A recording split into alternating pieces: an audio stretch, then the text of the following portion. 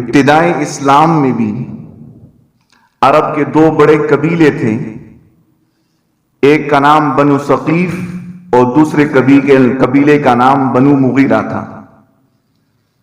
اور یہ دونوں سود کے کاروبار میں بہت اعلیٰ درجے کے انتہا تک پہنچ چکے تھے، یہاں تک کہ بنو ثقیف کے لوگ بنو مغیرہ قبیلے کو سود پر پیسے دیتے تھے اور پھر ان سے سود پر منافع لیتے تھے۔ سن 9 ہجری میں جب بنو ثقیف مسلمان ہوئے، بنو مغیرہ سے پہلے مسلمان ہوئے تھے،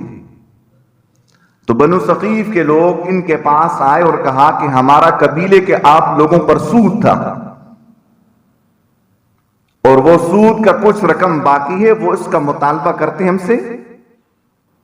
کہ آپ وہ سود کی رقم اس کا وہ ہمیں جو کچھ بنتی ہے وہ واپس کر دیں۔ فرماتے ہیں بنو مغیرہ لوگوں نے یہ کہا ان سے کہ چونکہ ہم مسلمان ہو چکے ہیں اور مسلمان کو جس طرح کے سود لینا حرام ہے، سود دینا بھی حرام ہوگا، اس کے بارے میں ہمارے پاس معلومات صحیح نہیں ہیں، لہٰذا ہم یہ مسئلہ لے کر جائیں گے مکہ کے والی پر۔ اس وقت مکہ کے جو گورنر تھا، سرکار دو عالم صلی اللہ علیہ وسلم کی طرف سے اس کا نام تھا حضرت عتاب بن اسید رضی اللہ تعالیٰ عنہ۔ فرماتے اس کے پاس یہ عریضہ لے کر جائیں گے کہ وہ اس مسئلے کو حل کریں گے۔ فرماتے پھر یہ ہوا کہ حضرت عتاب رضی اللہ عنہ نے فرمایا کہ اس کے بارے میں مجھے بھی کوئی علم نہیں۔ انہوں نے حضرت نبی پاک صلی اللہ علیہ وسلم کی طرف عریضہ نامہ خط وہاں پر پہنچا دیا کہ اس طرح معاملہ میرے پاس آیا ہوا ہے، بنو ثقیف کے لوگ یہ کہا کرتے ہیں اور بنو مغیرہ کے ساتھ ان کا آپس میں لین دین سود کا ہے، اس کا کیا کرے؟ فرماتے ہیں اس موقع پر اللہ تبارک و تعالیٰ نے یہ آیت اتاری، یا ایھا الذین آمنوا اتقوا اللہ وذروا ما بقی من الربا۔ فرمایا آپ علیہ الصلوۃ والسلام نے اعلان فرمایا جو پہلے بھی تھا سود کا معاملہ اسلام لانے سے پہلے، فرمایا اس کو بھی ختم کرو، وہ بھی لینا دینا نہیں، ہاں اپنی اصل رقم آپ لے سکتے ہیں، اصل رقم وہ لے لیں، باقی سود کا معاملہ، سود کے منافع وہ آپ اس کو چھوڑ دیں۔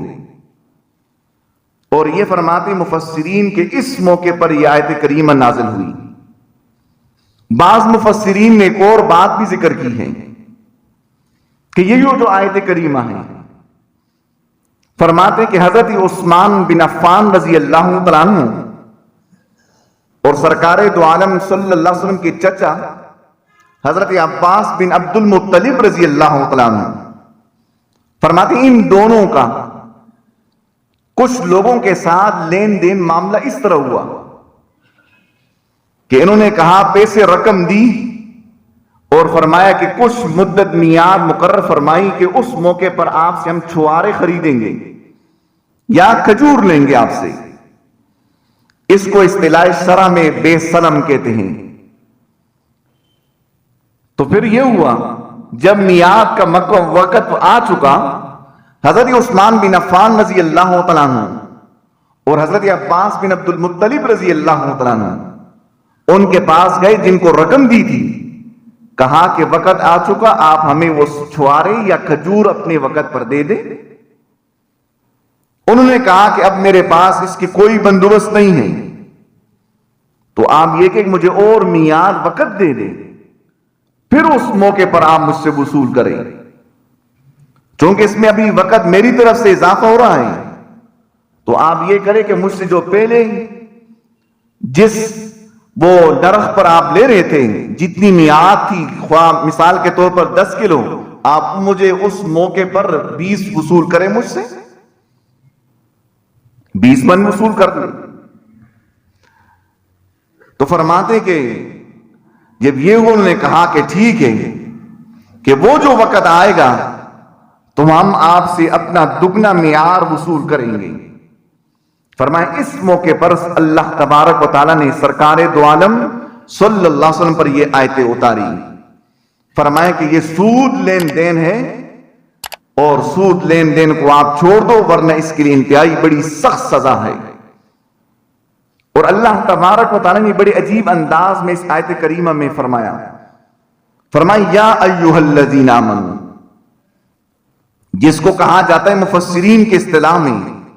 کہ یہ خطاب خاص ہے، خاص ان لوگوں کے لیے خطاب جو اللہ کی ذات پر ایمان رکھنے والی ہو۔ فرمایا ان لوگوں کا اے ایمان والو اتقوا اللہ، ڈرتے رہو اللہ تبارک و تعالیٰ سے، خصوصاً ڈرتے رہو۔ فرمایا کہ دو چیزیں جمع ہو گئی، ایمان اور تقوی۔ جب یہ دونوں چیزیں ہوں تو آگے آنے والا مسئلہ، آنے والا حکم وہ آپ کے لیے آسان ہوگا۔ لیکن اگر کوئی شخص اعتقاد نہ رکھتا ہو اللہ کی ذات پر، اس کے سامنے یہ بات نہ ہو کہ مجھے اللہ تبارک و تعالیٰ کے سامنے کھڑے اوپر پیش ہونا ہے، فرمایا پھر آنے والا مسئلہ اس کے لیے مشکل ہوگا۔ لیکن جس شخص کا یہ اعتقاد ہو مجھے اللہ تبارک و تعالیٰ کے سامنے پیش ہو کر جواب دینا ہے، فرمایا اس کے لیے سود چھوڑنا مسئلہ آسان نہ ہوگا۔ فرمایا وَذَرُوا مَا بَقِيَ مِنَ الرِّبَا، چھوڑو جو کچھ سود کا لین دین باقی اس کو چھوڑ دو۔ اور بڑے عجیب انداز میں آگے فرمایا ان کنتم مؤمنین، اگر ہو تم ایمان رکھنے والے۔ اگر ایمان والے نہ ہو تو پھر سودی لین دین آپ کے لیے ٹھیک ہے، لیکن اللہ کی ذات پر ایمان رکھنے والے ہو تو پھر سودی لین دین چھوڑ دو۔ فرمایا فَإِن لَمْ تَفْعَلُوا، اگر آپ یہ مذکورہ کام نہ کریں، سود نہیں چھوڑتے، فرمایا فَأْذَنُوا بِحَرْبٍ مِّنَ اللَّهِ وَرَسُولِهِ، پھر اعلان جنگ کے لیے تیار ہو جاؤ اللہ اور اللہ کے رسول اللہ صلی اللہ علیہ وسلم کے ساتھ۔ یہیں پر مفسرین نے یہ بات ذکر کی ہے کہ کفر اور شرک کے بعد دو گناہ ایسے ہیں جس پر اللہ تبارک و تعالیٰ کی طرف سے اعلان جنگ ہے، صرف دو گناہ ہیں۔ ویسے کبیرے گناہوں کی الگ فہرست ہے، یہاں تک کہ علامہ ذہبی رحمہ اللہ جو 8ویں صدی کے بڑے پایا کے محدث مفسر گزرے ہیں، انہوں نے کتاب لکھی کبیرہ گناہ اس کی تعداد 70 ہے۔ بعض نے اس سے بھی زیادہ کیا، بعض اس سے کم بھی کیا، لیکن ان تمام 70 گناہوں پر کسی پر اعلان جنگ نہیں کہ اللہ کی ذات کے ساتھ اعلان جنگ ہے، سوائے دو گناہ کی، ایک قرآن کریم میں مذکور اور دوسرا حدیث پاک میں۔ قرآن کریم میں یہ ہے کہ جو سودی لین دین نہیں چھوڑتا تو اللہ کی ذات کی طرف سے یہ اعلان ہے کہ اس کا جنگ ہے اللہ تبارک و تعالی اللہ کے رسول سے۔ اللہ کے پیغمبر پاک صلی اللہ علیہ وسلم اور اللہ سے کون لڑائی کر سکتا ہے؟ اور فرمایا دوسری بات وہ حدیث پاک میں، اس کو اللہ کے پیغمبر پاک صلی اللہ علیہ وسلم نے ارشاد فرمایا من عاد ولیا فقد آذنته بالحرب، فرمایا جو شخص اللہ کے ولی کے ساتھ وہ عداوت رکھیں،